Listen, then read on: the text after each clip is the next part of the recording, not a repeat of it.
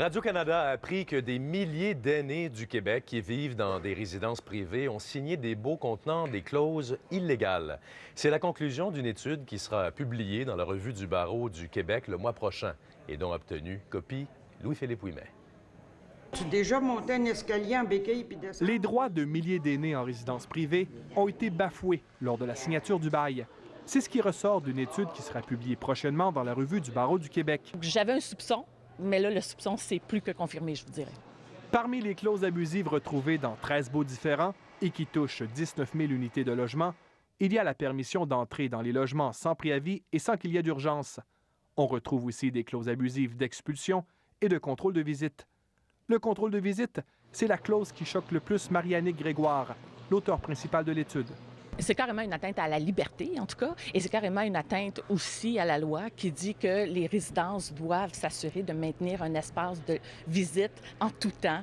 Autre forme d'abus, certains baux exigent des dépôts, ce qui contrevient au Code civil. Non, on ne sent pas de problème. Il n'y en a pas de problème. Au RQRA, un organisme qui représente 600 propriétaires et gestionnaires de résidences privées, on critique l'étude. C'est une étude qui n'est absolument pas représentative du milieu. Qu'on ait ressorti 12 baux, 13 baux pour en faire des lignes générales, je pense que ça traduit très mal la réalité du marché actuel. Par peur de représailles, aucune résidence n'a été identifiée dans l'étude. Vous savez, c'est un lobby puissant, il y a des gros sous impliqués. Je ne voudrais pas que qui que ce soit impliqué de près ou de loin subisse, par exemple, une poursuite judiciaire. Les conclusions inquiètent plusieurs associations. Nous, on demande absolument l'intervention d'urgence du protecteur du citoyen et du président de la Régie du logement pour tenir compte de ce premier constat, puis de lancer une enquête immédiate. Et il y a des faits qui devraient être signalés à la police.